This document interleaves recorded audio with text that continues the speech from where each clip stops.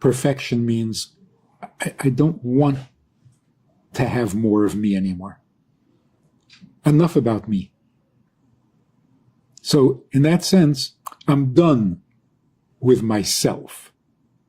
Now I'm ready for someone else in my life.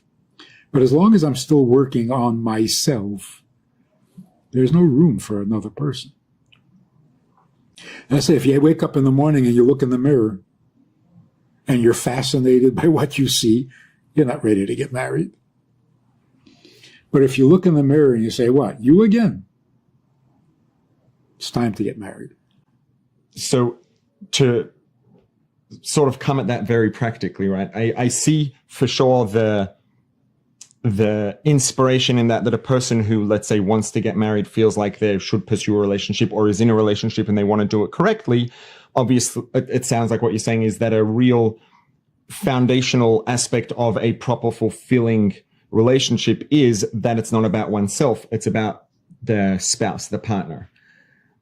That being said, practically speaking, does a person who, let's say, wakes up in the morning and looks in the mirror and is fascinated by what they see, or a person who's still feels like they've got a long way to go in terms of their personal development or whatever it is, that therefore they actually shouldn't pursue a relationship? They shouldn't look to get married? Yeah.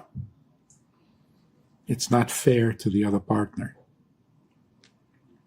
It's something like this. When we're dating,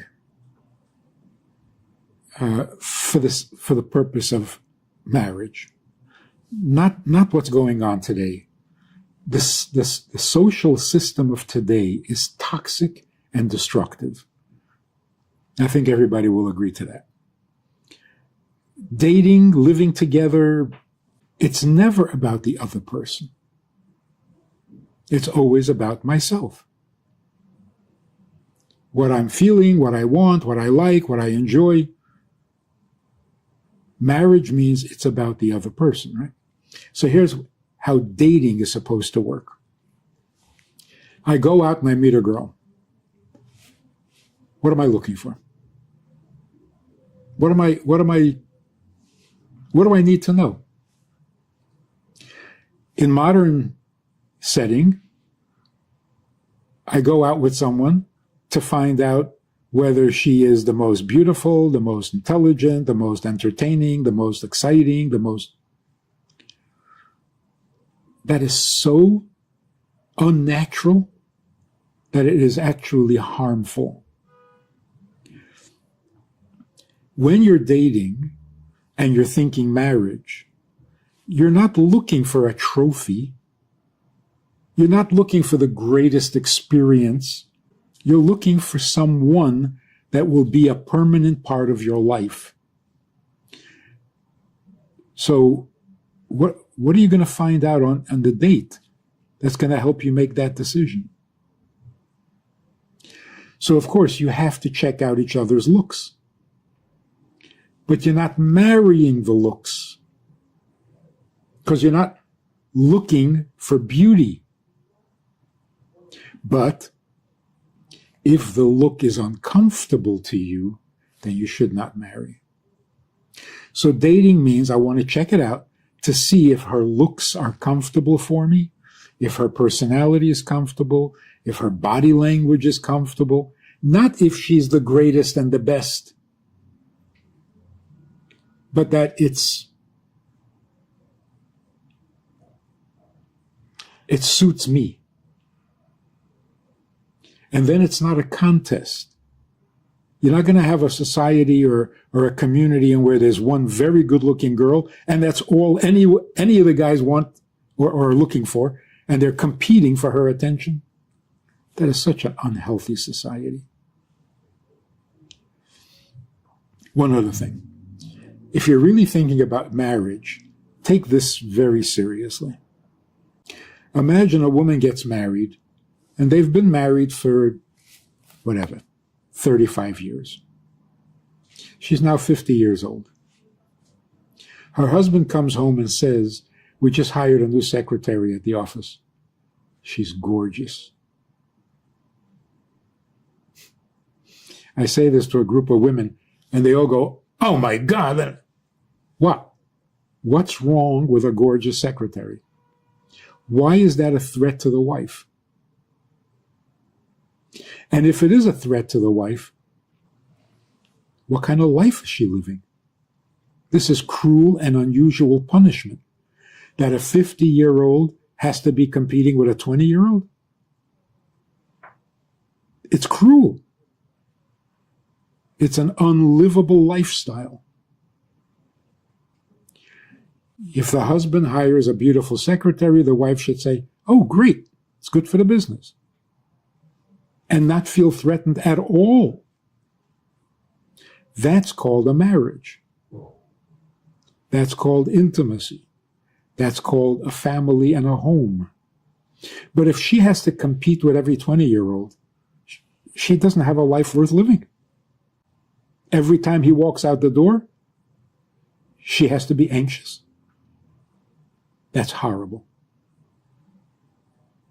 So the entire system of modern dating and marriage, it's nasty. So what brings that kind of comfort? So let's go back to the dating.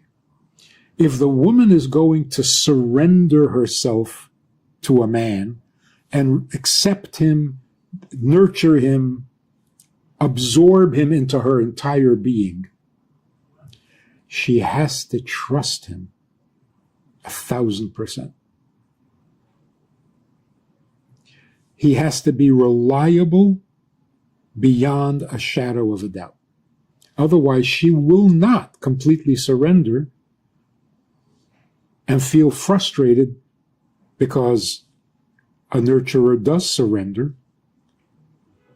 She won't feel comfortable because she doesn't feel like a full woman. He'll feel that discomfort. It'll emasculate him because she's not really there for him, like a student who's not really listening to what you're saying, and it emasculates the teacher. The whole thing doesn't work. Men have to be much more reliable than they are. And the reason they're not reliable is not because they're nasty, but because this lifestyle has emasculated men. It's just not a healthy system.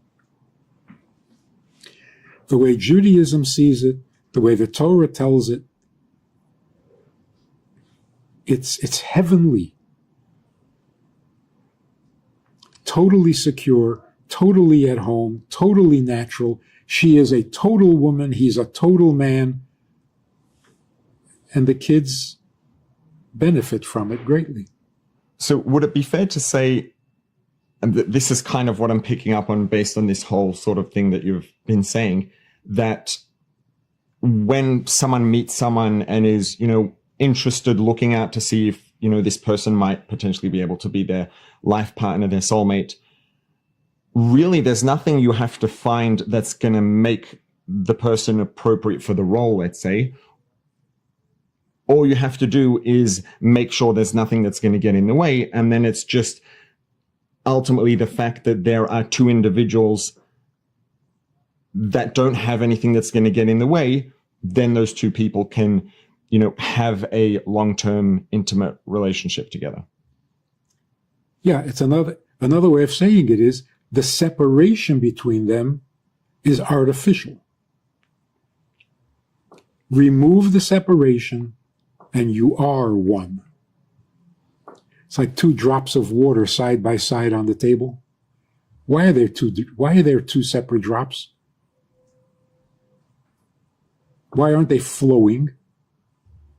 Because of the air tension, the surface tension. What would it take to get them to become one drop? Remove the tension. Or as the sages say in Pirkei Avos, there is a love that is not dependent on anything. It's not a thing that brings us together because that will keep us apart. Just because you love pina colada and walks in the rain is not a reason to get married. Just because you love love, no, that keeps you apart.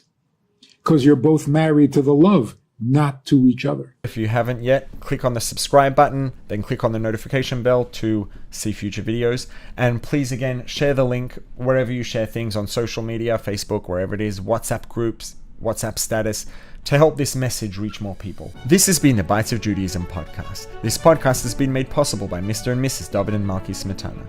If you found it valuable, please leave a 5-star rating and a review. It really does help it reach more people. And tell your friends about it. If you haven't yet, you can subscribe on all the major podcast platforms at rabbiglick.link/podcast. To dedicate a future episode of the podcast, send an email to podcast@rabbiglick.com. See you next time.